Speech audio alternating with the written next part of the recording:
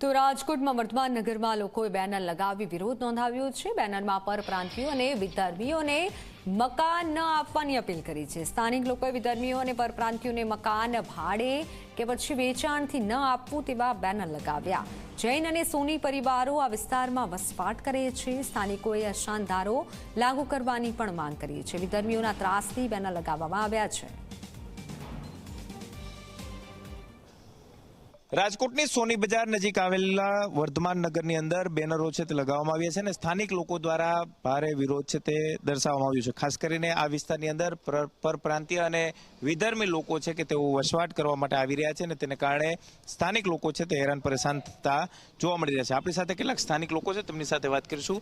શું બેનરો લગાવ્યા છે અને ખાસ કરીને શું વિરોધ છે?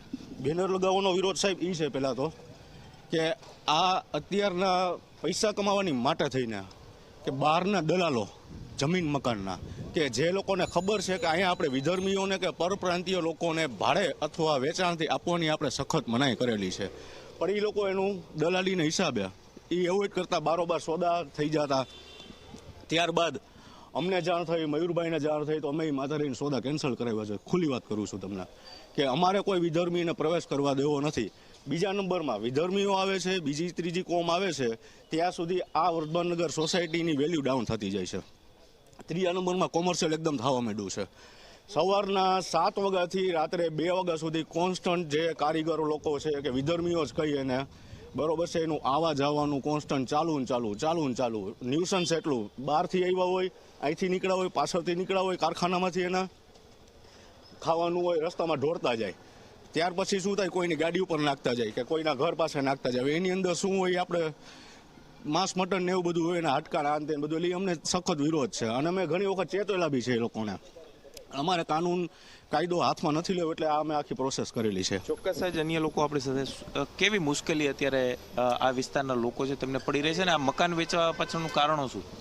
મકાન વેચવા પાછળનું બધાને બહારના એરિયામાં રહેવાનો મોહ છે અત્યારે તો ખાસ તો, અને બીજું કે જે મકાન છે ને અહીંયા કોઈને કોમર્શિયલ થતું જાય છે એનું કારણ આ જ વસ્તુ છે। સોની બજારમાંથી તમે જોશો તો પેલેસ રોડ ગુંદાવાડી પોલીસ ચોકી સુધી બજાર આવી ગઈ છે બહાર, એટલે ધીમે ધીમે કરીને બધા જે રેસિડેન્શિયલ એરિયામાં પણ આ વસ્તુ કોમર્શિયલ થવાનું કારણ આ વસ્તુ જ છે।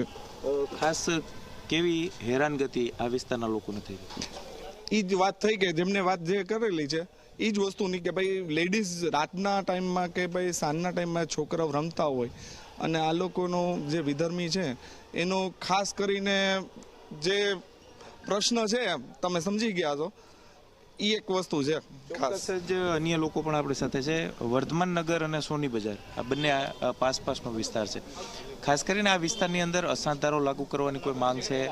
બેનરો લગાડવા પાછળનું કારણ મુખ્ય શું? અશાંત ધારો હોવો જોઈએ? અશાંત ધારો આ વિસ્તારમાં હોવો જ જોઈએ। એકદમ હિન્દુત્વને માન આપીને જે જૈન લોકો, સોની લોકો, જે વૈષ્ણવ છે, કૃષ્ણની પૂજા કરતા લોકો છે, એ બધા એને ડુંગળી લસણ પણ જે નથી ખાતા, હવે એના ઘરની બાજુમાં કોઈ નોનવેજ રાંધે તો એ લોકોને માન્ય ન હોય। એટલે અશાંત ધારો આ વિસ્તારમાં ચોક્કસ લાગુ કરવો જોઈએ એવું મારું નહીં પણ આખા વર્ધમાન નગરનું માનવું છે। અને એ બાબતે રમેશભાઈ ટીલાળા સાહેબને અમે રજૂઆત પણ કરેલી છે। એ ખૂબ સક્રિય છે અને એમનો અમને ખૂબ સાથ સહકાર છે। તંત્ર અમારી સાથે જ છે।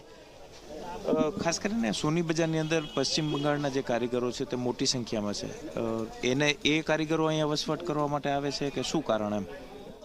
સોની બજારમાં એક તો ગર્દી બહુ છે, એકદમ ગીચતાવાળો વિસ્તાર છે, સ્કૂટર પાર્કિંગ ન થઈ શકે એ લોકોને, એવી બધી પરિસ્થિતિ છે। હવે આ જગ્યા રહી અહીંયા રોડ રસ્તા બહુ પહોળા છે, અહીંયા મકાન લેશે એટલે કદાચ સોની બજારના ભાવે જ પડશે એમને, પણ બધી બીજી